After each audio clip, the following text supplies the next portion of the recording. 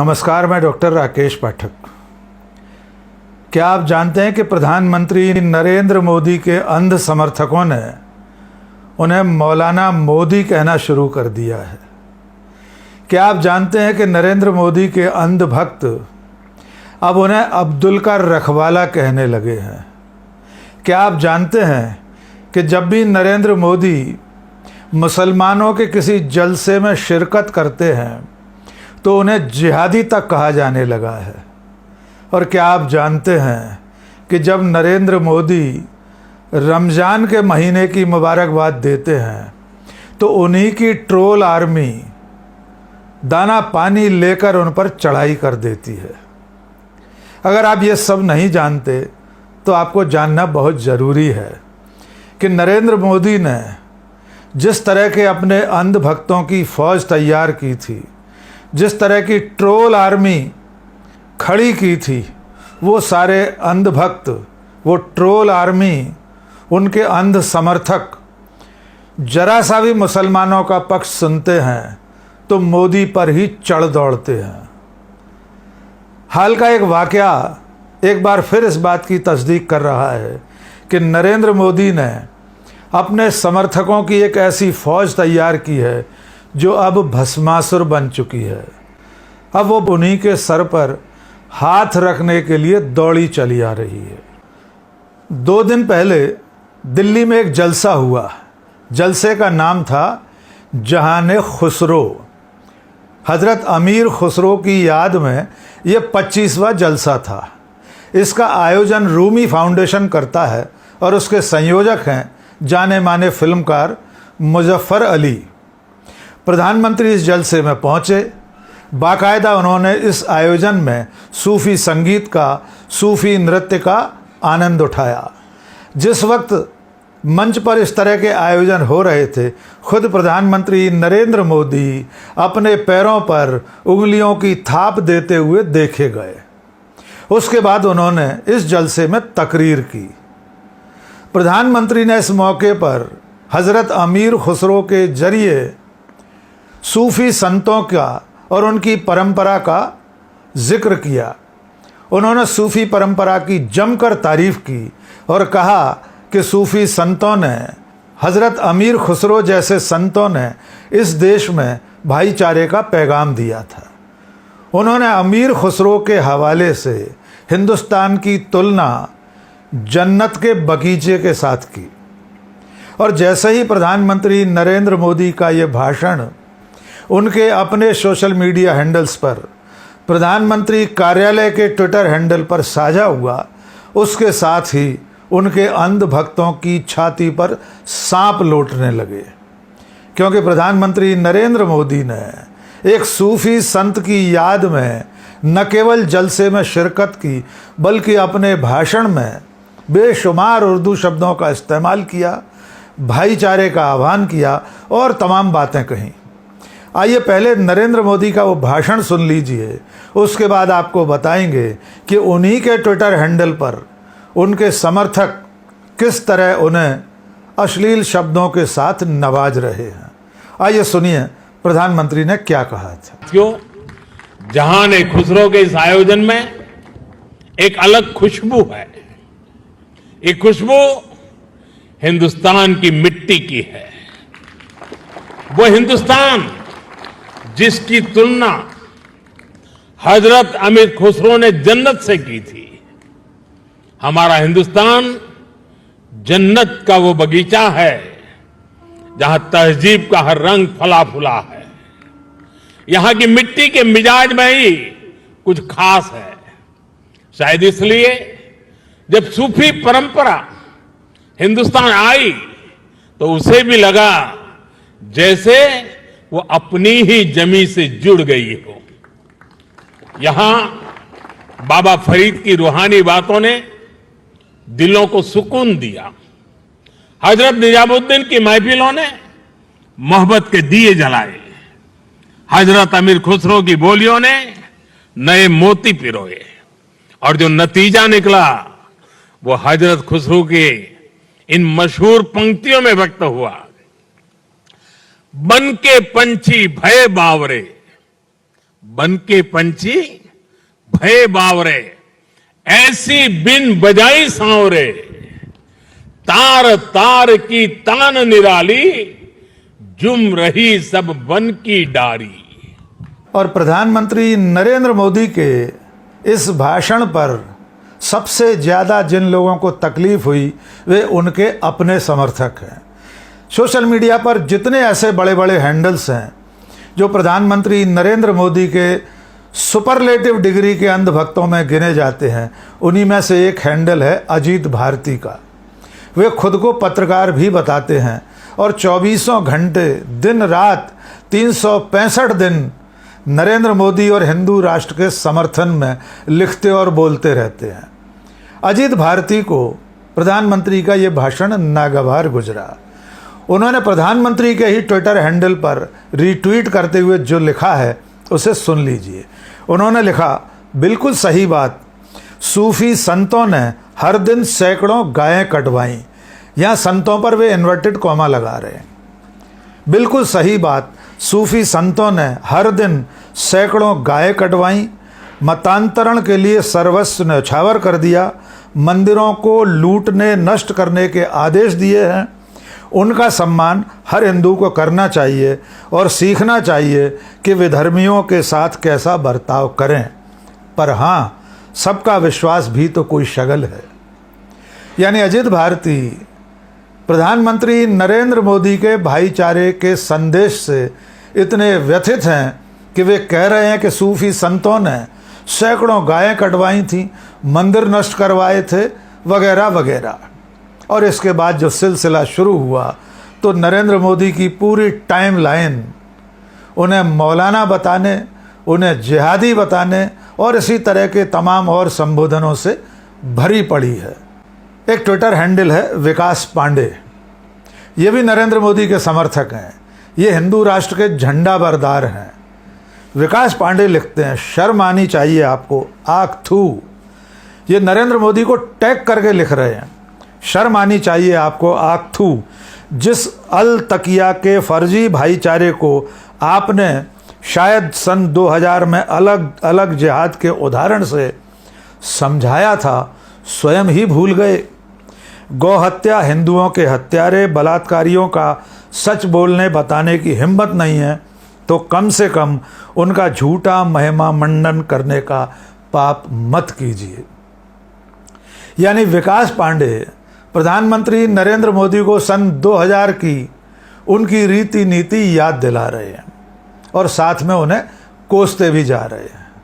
एक और सज्जन हैं सीताराम पांडे, वे नरेंद्र मोदी को टैग करते हुए लिखते हैं, गांधी जी के जैसा तुष्टीकरण नीति बंद करें वरना 2040 पर भी नहीं आएगा।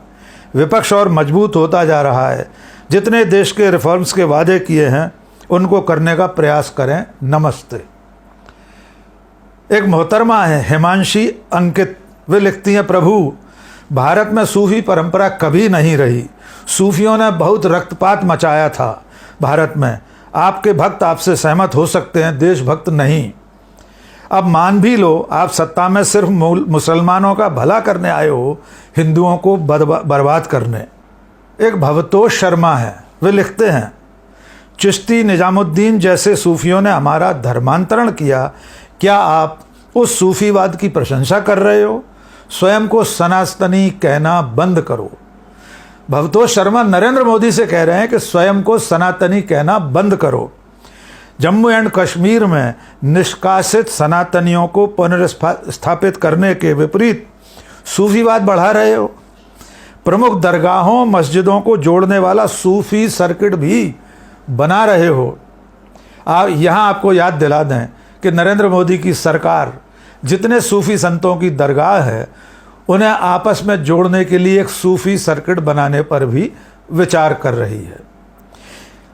एक हर्ष चौहान है, वे लिखते हैं, वे अजीत भारती को रीट्वीट करते हुए लिख रहे हैं, अब तो आप अच्छी तरह जानते होंगे कि साहब हिंदुत्ववादी होने का केवल ड्रामा कर रहे हैं, बाकी वे असल में घांची मुस्लिम ही हैं। अब उनको हिंदू हृदय सम्राट कहने वालों का ठिकाना जन्नत जहन्नुम ही है। इसके आगे जो लिखा है वो इतना आपत्तिजनक है प्रधानमंत्री नरेंद्र मोदी के लिए कि हम उसे पढ़ना भी नहीं चाहते। ऐसे तमाम ट्वीट हैं जो नरेंद्र मोदी और उनके समर्थकों के हैं। उनमें से एक हैंडल है सनातनी। वो लिखता है ये सब एक जैसे हैं जिहादी, यानी नरेंद्र मोदी को जिहादी बता दिया गया है। मौलाना लिखने वाले भी तमाम सारे हैंडल हैं। उनकी तस्वीर को फोटोशॉप करके जाली वाली टोपी लगाकर मौलाना मोदी भी लिखा जा रहा है। एक हैंडल है अखंड भारत, ये हिंदू राष्ट्र के लिए सक्रिय है। वो लिखता है हिंदुस्तान में जब रोज हजारों हिंदू लड़कियां लव जिहाद में फंसकर अंत में वैश्या बन जाती हैं, उनके लिए ये खुशबू ही जिम्मेदार है। मोदी जी होश में आओ। यानी नरेंद्र मोदी जी अपने भाषण में अमीर खुसरो के हवाले से जिस भाईचारे की खुशबू का जिक्र कर रहे थे, ये सारे लोग उस भाईचारे की खुशबू के खिलाफ हैं। और अंततः अब ये सारे मोदी समर्थक, हिंदू राष्ट्र के समर्थक नरेंद्र मोदी को ही ट्रोल कर रहे हैं। इसके अलावा प्रधानमंत्री नरेंद्र मोदी ने जहान खुसरो नाम के इस जलसे में जो भाषण दिया है उसमें तमाम सारे उर्दू शब्दों का इस्तेमाल किया है। इस पर भी उनके समर्थक बेहद परेशान हैं। वे कह रहे हैं कि एक तरफ तो योगी जी हैं जो उर्दू का विरोध कर रहे हैं, दूसरी तरफ नरेंद्र मोदी उर्दू के शब्दों का इस्तेमाल कर रहे हैं। एक और मुद्दे पर एक बार फिर नरेंद्र मोदी को ट्रोल किया जा रहा है। खुसरो की याद के इस जलसे के बहाने उनके समर्थकों को वो दिन भी याद आ गया जब नरेंद्र मोदी ने ख्वाजा गरीब नवाज की दरगाह पर अजमेर में चढ़ाने के लिए चादर भेजी थी। उसकी तस्वीरें भी दोबारा वायरल की जा रही हैं और लिखा जा रहा है कि नरेंद्र मोदी तो मौलाना मोदी बन गए हैं। आपको याद होगा पिछले महीने जब अजमेर में ख्वाजा मोइनुद्दीन चिश्ती की दरगाह पर सालाना उर्स हुआ था, उस वक्त प्रधानमंत्री नरेंद्र मोदी की तरफ से वहाँ चादर पोशी हुई थी। उससे पहले हिंदू राष्ट्र सेना नाम के एक संगठन ने प्रधानमंत्री को पत्र लिखा था, उन्हें मेल करके उनसे अनुरोध किया था कि उस दरगाह का मामला अदालत में लंबित है। हिंदू राष्ट्र सेना ने दावा किया था कि इस दरगाह के नीचे हिंदू मंदिर है, शिव मंदिर वहाँ दबा हुआ है, इसलिए उसको लेकर अदालत में फरियाद की गई है। लेकिन प्रधानमंत्री नरेंद्र मोदी ने हिंदू राष्ट्र सेना की इस अपील को अनसुना करके ख्वाजा मोइनुद्दीन चिश्ती की दरगाह पर चादर पोशी करवाई थी। उस घटना को याद करके भी नरेंद्र मोदी के समर्थक, उनके अंधभक्त, हिंदू राष्ट्र के पैरोकार इस वक्त नरेंद्र मोदी को मौलाना मोदी, जिहादी और न जाने किन किन शब्दों से संबोधित कर रहे हैं। आखिर में आपको सिर्फ इतना याद दिलाना है कि ये पूरी फौज, ये ट्रोल आर्मी खुद नरेंद्र मोदी के पूरे तंत्र ने तैयार की थी। मोदी के समर्थकों ने अब तक पिछले 10 साल में जो काम दूसरों को ट्रोल करने के लिए किया था, वही काम अब खुद नरेंद्र मोदी के खिलाफ भी शुरू हो गया है। वो जो इतिहास की एक चर्चित पंक्ति है कि फांसीवाद अपने जनक और जननी को खा जाता है, तो अब प्रधानमंत्री नरेंद्र मोदी का नंबर भी आ गया है। उनके इस तरह के अंध समर्थक और अंध भक्त ये बात बर्दाश्त करने को तैयार नहीं हैं कि वे इस देश में भाईचारे की बात कर रहे हैं, कि प्रधानमंत्री नरेंद्र मोदी सूफी संतों के हवाले से हिंदुस्तान को जन्नत का बगीचा बता रहे हैं। शायद इन लोगों को इस देश में भाईचारा मंजूर नहीं है।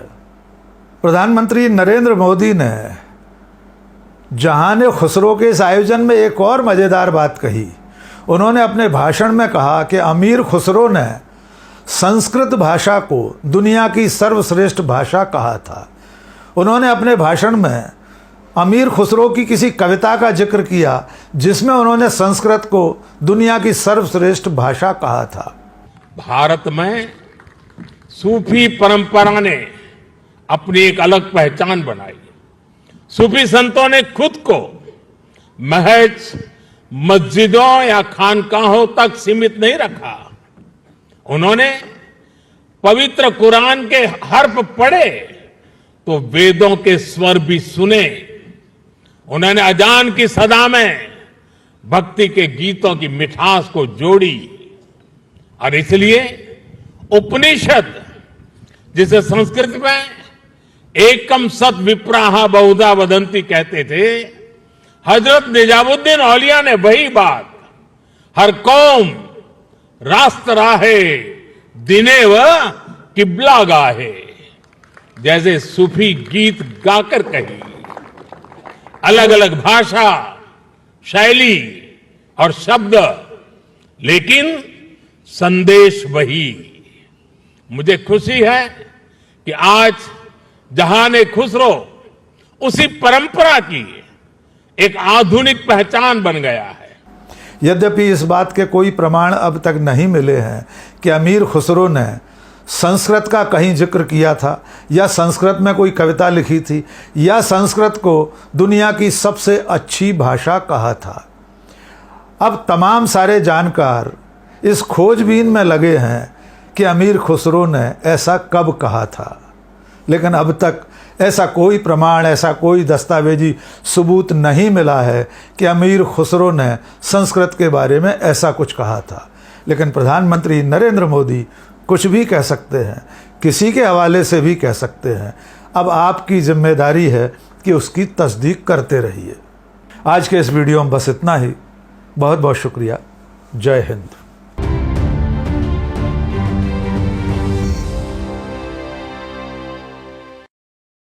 रमजान आ रहा है और गर्मी की शुरुआत हो चुकी है, तो काफी सारे पेरेंट्स कंफ्यूज है कि आखिर बच्चों को क्या पहना है जो कि पहनने में कंफर्ट और फैशन की दुनिया में बहुत ही बेस्ट लगे। तो हम मेंट किड्स आपके लिए लेके आए हैं काफी सारे यूनिक और डिफरेंट आर्टिकल जो कि बच्चों को पहनने में एकदम ही कंफर्ट रहने वाले हैं और लुक वाइज बिल्कुल बेस्ट रहने वाले हैं। जैसा कि आप फैब्रिक देख सकते हो, बिल्कुल ही सॉफ्ट रहने वाला है। ये 3 पीस में आपको मिल जाएगा, शर्ट, शॉर्ट्स और टी शर्ट के साथ। अंदर सेपरेट टी शर्ट है, आपको अलग सेपरेट पहना नहीं हो तो सेपरेट टी शर्ट भी हो जाएगी। ये डिफरेंट कलर में कुर्ता स्टाइल है, नीचे विद व्हाइट शॉर्ट्स है। इसके अलावा की बात करें तो white short with yellow T shirt मिल जाएगा आपको पॉकेट स्टाइल में। और आप अगर ऑफलाइन परचेस करना चाहते हैं तो अपने स्टोर का एड्रेस है मेंट किड्स, विशाला सर्कल, अहमदाबाद। जैसा कि आप देख सकते हैं इसमें टी शर्ट भी है और इन सब डिजाइनों के अलावा भी काफी सारे डिजाइन है और इन डिजाइनों में आपको 2 to 3 कलर्स और देखने के लिए मिल जाएंगे। इसके अलावा ग्रे कलर में है, जैसा कि ब्लू में प्रिंटेड आपको मिल जाएगा। प्रिंटेड शर्ट विद अंदर टी शर्ट, शॉर्ट्स के साथ पूरा 3 पीस का पैर रहने वाला है। और इनकी प्राइस की बात करें तो प्राइस आपको रहने वाला है 600 to 900 प्राइस रहने वाला है। ये कॉलर स्टाइल में टी शर्ट है। तो जल्दी से जल्दी स्टोर पे विजिट कीजिए, Mint Kids Ahmedabad. Please, thank you.